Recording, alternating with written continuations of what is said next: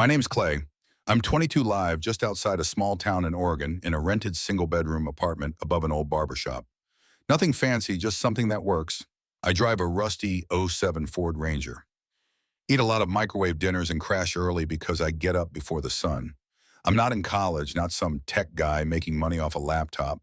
I'm a construction worker. That's it. That's me. I work for my Uncle Randy. He owns a small construction company, just 7 guys and all hands on. No suits, no fancy branding. We build stuff houses, mostly sometimes remodels. Sometimes we lay concrete. Sometimes we tear things down to the studs and bring them back better. I've been doing it since I turned chin. To be honest, I've gotten good at it. I can frame a wall run wiring, lay flooring, patch a roof. I've done it all. It's hard work. Some days you sweat your guts out. Some days your back's on fire. Some days it rains and everything sucks. But Uncle Randy pays well, always fair. And when the job's done right, he throws in a little bonus. Plus, I respect the guys I work with. They're real, no fake stuff. This story started when Randy got a new job, lined up a restoration project out in a high-end part of the county. A couple, the Rutherfords, owned a big property, a modern main house, a lot of land, and one old structure at the edge of the lot. That old place used to be someone's guest house decades ago, maybe even a child's home. It looked like it hadn't been touched in 40 years. They wanted to restore it completely. Not flip it, not tear it down, restore because it meant something to them. So on Monday morning, we loaded up the trucks, nail guns, ladders, saws, buckets of everything pulled up to the property, and my jaw dropped. Long driveway trees, perfectly trimmed, a wraparound porch on the main house. You could just feel the money. 2 black SUVs sat out front, polished so clean they looked like mirrors. But still, I kept my head down. I wasn't there to admire anything, just to work. We met the clients that morning. Mr. Rutherford Miles was around 55, tall, well-kept beard, good posture, the type of guy who looked like he ran something important but didn't need to say it. His wife Jenna, maybe early 40s, elegant, calm, smiled a lot, but with eyes that saw everything. You know, the kind of people who don't act rich, even though they clearly are. That was them. No power games, no attitude. They greeted us politely, even offered coffee while we walked through the site. The house we were restoring was rough, faded siding, cracked windows, shingles sliding off the roof like ice in spring. But under the mess, you could tell it had good bones. Randy was excited. He loves jobs like this, where you take something forgotten and give it new life. We got to work right away, demo first, pulling down damaged walls, gutting the inside. The place had that old trapped dust smell. There were signs someone had once loved it, a rocking chair buried under junk, a little shelf of children's books, broken wind chimes still hanging by the back door. Every time I took out a nail, I wondered what stories the place held. By the 3rd day, I'd fallen into the rhythm. I'd show up early, check the power tools, help the guys load in supplies and get dirty. Jenna would come out around mid-morning, offer us iced tea or bottled water, always checking like a host at a restaurant. Miles mostly kept to his own schedule, but once in a while he'd walk over and ask how it was going, nodding thoughtfully. At this point, there wasn't anything unusual, just a job, a good one, a rare one too.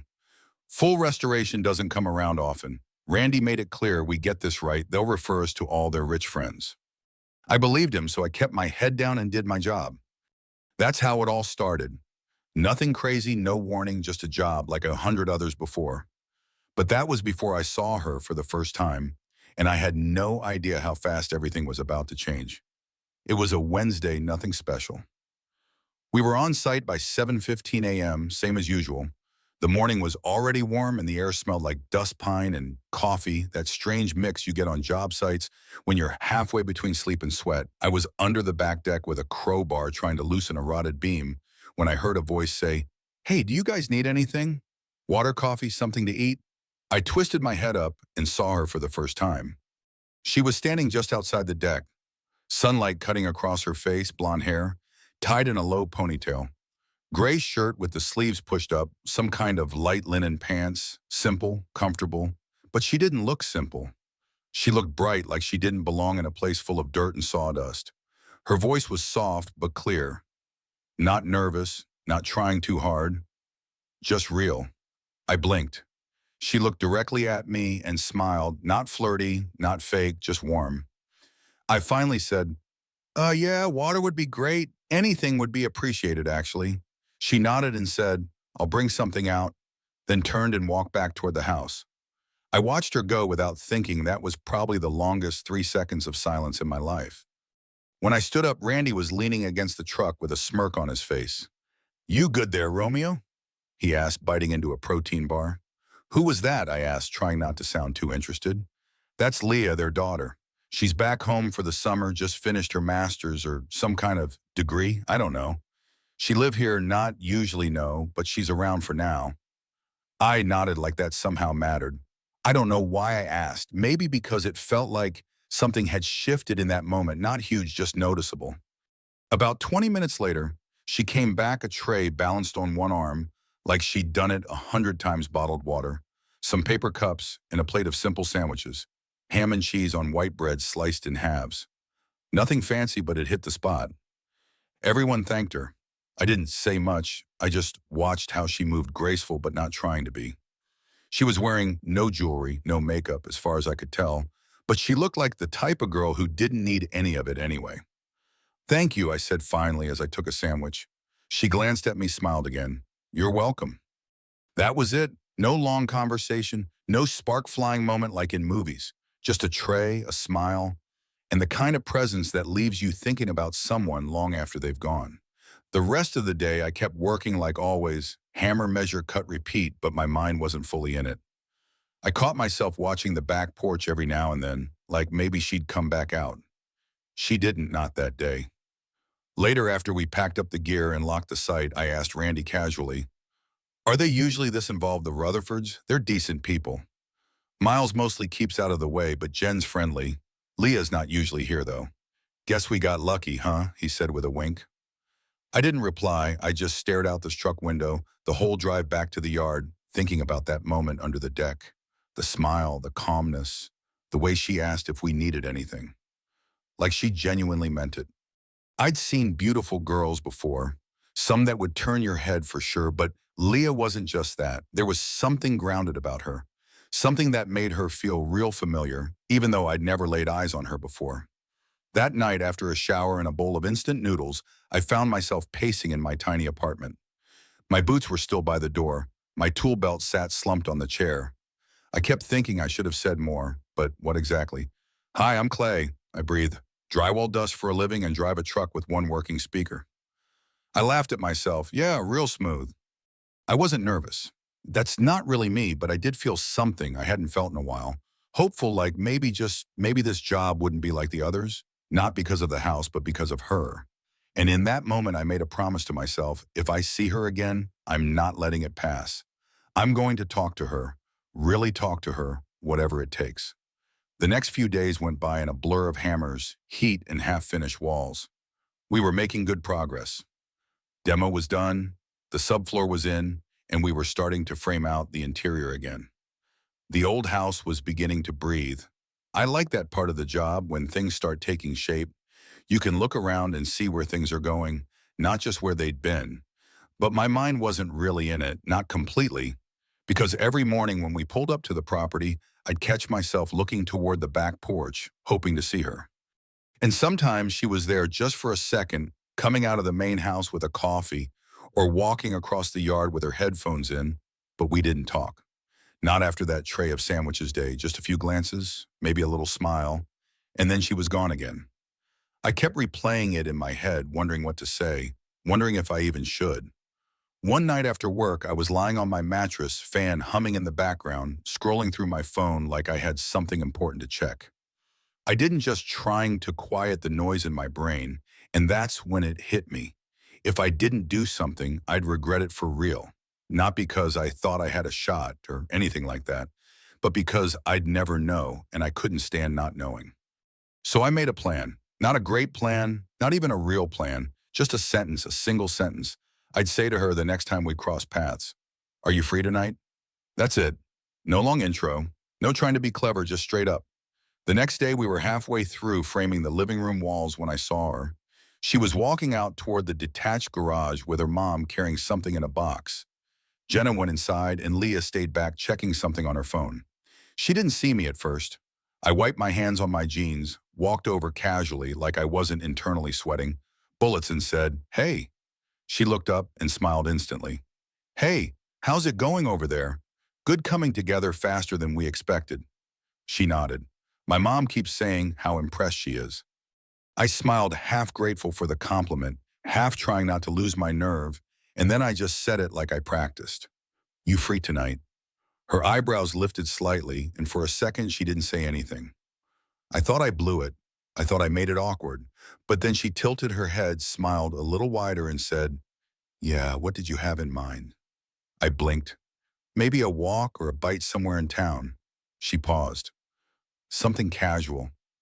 "Totally, I mean, yeah, just to hang out." She nodded slowly like she was thinking about it, for real. Not just being polite. "All right, pick me up around 7. Yeah, absolutely cool." She looked down at her phone and smiled, then turned toward the house. "See you later, Clay." She remembered my name. I walked back toward the job like I wasn't 2 feet off the ground. That afternoon, I worked harder than I had all week. I wanted to finish everything we had scheduled, clean up on time, and get out of there with enough margin to not look like a sweaty wreck at dinner. Randy raised an eyebrow when I started cleaning earlier than usual. "You got somewhere to be. Just figured I'd freshen up tonight." "Uh-huh," he said, clearly not buying it, but also not prying. I rushed home, showered, changed clothes 3 times, and landed on dark jeans and a clean button-down. Not too try-hard, not too casual. I even put on the cologne my sister gave me last Christmas that I hadn't touched since New Year's. By 6:55, I was pulling into the Rutherfords' long driveway, my truck looking way more out of place than usual. Leah was already outside waiting, wearing a soft gray hoodie and jeans, hair down, holding her phone and a small purse. She stepped into the passenger seat like it wasn't a big deal. Like this was normal. For me, it was anything but. "You clean up nice," she said with a teasing grin. "Thanks, you too." We drove into town, small talk, at first music, movies, random stuff. I was surprised how easy it felt. She wasn't distant or guarded. She was real. When we got to this little diner I liked, she actually got excited. "I haven't been here in years," she said. "They still have that insane milkshake menu." "Yep," I said, smiling. "Best one's the peanut butter banana." She ordered that exact one without hesitation. Dinner was good, not perfect. I dropped a fry. My card got declined because I forgot I'd paid for gas earlier and hadn't transferred money from my savings. She laughed it off. "We're splitting anyway," she said. "This isn't prom." We talked for 2 hours, maybe more, about where we grew up, her school, my work, my dad who passed when I was 16, her gap year in Spain. I told her about the first house I ever helped build and how it collapsed in the wind 2 weeks later because I messed up the bracing. She laughed so hard she choked on her water. Later, I drove her back home. She didn't ask to stop anywhere, didn't check her phone, just looked out the window. I glanced over a couple of times. I didn't know what this was, but I knew it was something. When we pulled up to the house, she unbuckled slowly and said, "Thanks, I had a really good time." "Me too," I said. "Really? I'm around this weekend," she added, not making a big deal of it, just offering. "Noted," I said. "I'll be around too." She opened the door, smiled one last time, and stepped out. I drove off with the window down and my heart somewhere in my throat. I didn't expect her to say yes, but she did, and I wasn't about to let that go to waste. It's funny how one night can change everything. You go from routine to rewinding every little second, replaying in your head like it actually mattered. And maybe it didn't. Maybe I was just reading into things, but that first night with Leah stuck with me. The next morning I was exhausted, barely slept, not from stress, just from staying up in my head too long. I kept thinking about the way she laughed at the story about the collapsed framing, how she didn't roll her eyes when I mentioned I didn't go to college, how she talked about her time in Spain like she missed it but was glad to be back. At the site, everything felt different, same tools, same house, same crew, but I was somewhere else mentally. Not distracted, exactly, just elevated, like things that used to feel ordinary suddenly didn't, like I had something to look forward to. Randy noticed. "You're smiling a lot this morning," he said, carrying a bundle of lumber toward the porch. "Am I?" He gave me a look. "You got a second date lined up or something?" I didn't answer, but I didn't have to. By lunch, Leah came out to say hi, not with a tray this time, just on her own hoodie shorts, barefoot. She walked up like she'd done it 1,000 times before and asked how the job was going. I wiped the sweat from my forehead with the back of my glove. Better now. She smirked. You know, for a construction guy, you're not very subtle. I laughed. I'm better with a nail gun than words. She sat on the edge of the porch while I stood nearby holding a hammer, like I didn't know where to set it down. She asked about the wall we were framing, and I told her more than she probably cared to know about load-bearing support spacing codes, everything. She didn't act bored. She nodded like it was all interesting. Maybe it was. Maybe she was just kind. We talked for maybe 15 minutes before her mom called her from the main house. She stood up, gave me the same calm smile, and said, "Let me know if you need help with drywall tomorrow." Deal. And just like that, I was counting the hours until tomorrow. Over the next week, we saw each other more, not just running into each other's stuff, actual hangouts, a walk through the farmer's market on Saturday, milkshakes again Sunday night. One evening, she even brought her guitar and sat outside while we were finishing late strumming chords while the sun dipped behind the trees. The guys didn't say much, but I caught one of them, Vince, muttering, "You lucky bastard," when he thought I couldn't hear. It felt unreal, honestly, not because she was out of my league. I mean, yeah, maybe she was, but because it was all so easy. She never made me feel like I had to prove anything. She didn't care that I worked with my hands or that my truck stalled in second gear.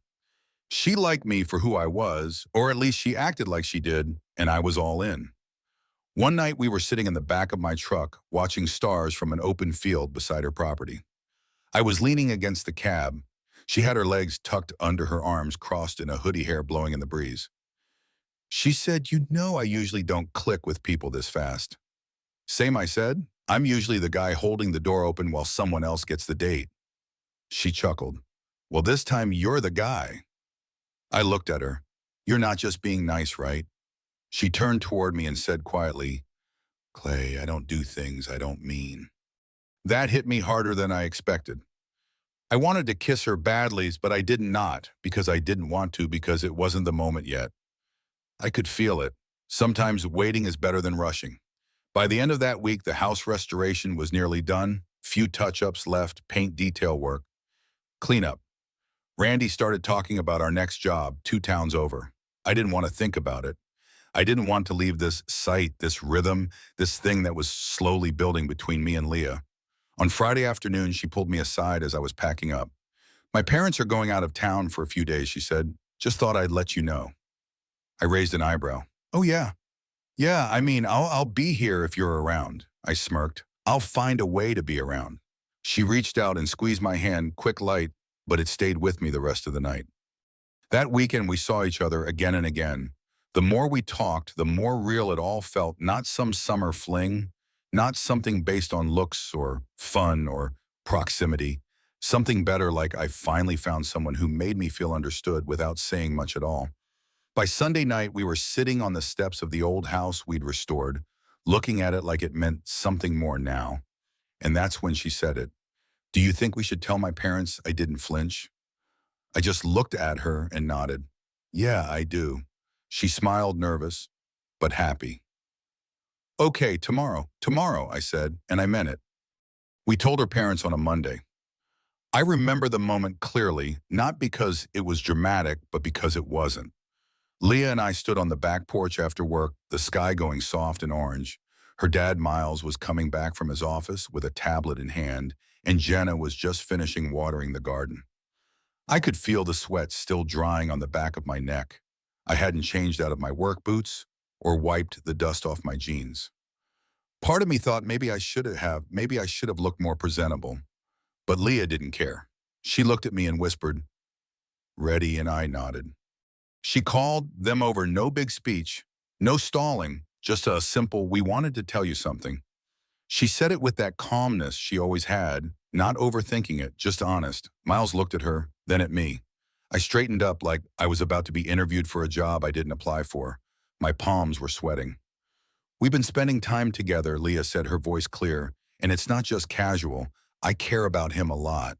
There was a beat of silence. I braced for polite awkwardness or vague parent speak, like, "We support your choices," or "Let's talk about this more later." Instead, Jenna smiled genuinely.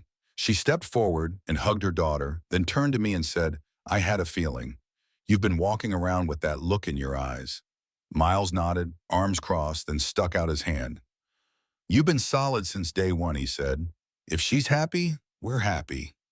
I let out a breath I didn't realize I was holding. It wasn't dramatic. It wasn't full of tension or disapproval. It was real simple human, and that made it perfect. The job wrapped 2 days later, final touch-ups walked through signatures. Randy was proud of the work, said it might be one of our best jobs yet. He looked at me as we packed up the last of the tools. You sure you want to come with us to the next site, he asked, tossing a ladder into the truck. I hesitated not because I didn't want to, but because something was changing and we both knew it. That night, Miles called me into his home office, just him and me. I thought maybe he wanted to set some boundaries, talk about expectations, but instead he asked me something I never expected. I've been needing someone on my team, someone who knows how things actually work on the ground, not just managers, someone who's done the dirty work. Would you consider coming on board? I stared at him. You mean like full-time? He nodded. Project oversight, quality control, site logistics. It's not glamorous, but it pays well and you've got the attitude for it. I can teach you the rest. I told him I'd think about it, then I talked to Randy. It was late, around 10 p.m. I drove over to his place where he was sitting in his garage cleaning tools like always. Uncle Randy, I said, Miles offered me a job, not construction, something bigger, more permanent. He looked up from his rag and wrench and just nodded. I figured he would. You mad? He shrugged. I'd be mad if he didn't. We didn't say much else. He just gave me a long look, then patted me on the shoulder and said, proud of you, kid. So I took the job. It wasn't easy at first. New environment, new rules, new pressure. But I learned quick, and Miles wasn't just a boss. He became a mentor. He challenged me, gave me responsibility, trusted me to make real decisions. Leah and I kept building what we started. No drama, no big fights, no fairy tales either. Just us figuring out day by day. After a year, we moved into a small house together, not too far from her parents, but ours. I still fixed leaky faucets and installed shelves on the weekends, but I wore clean shirts to work now. I had a company laptop. I had business cards with my name printed on them. 2 years later, we got married. Small ceremony backyard. Her dad grilled steaks. Randy gave a speech that was mostly sarcasm, but ended with, you did good, Clay. Now it's been 3 years. I still walk on job sites, sometimes just to smell sawdust. I keep a toolbox in the back of my truck, even though I haven't needed it lately. I haven't forgotten who I am or where I started. I never planned for any of this. I didn't chase some dream. I wasn't trying to climb a ladder or impress anybody.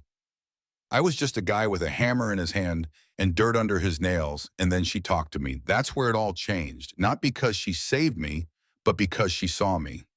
The story of Clay and Leah offers a heartfelt lesson. Sometimes the most profound connections begin with a single courageous moment of authenticity. Clay, a young construction worker with calloused hands and a simple life, never imagined that a routine job would lead to love. When he met Leah, her quiet kindness and genuine presence sparked something within him, a hope he hadn't felt before.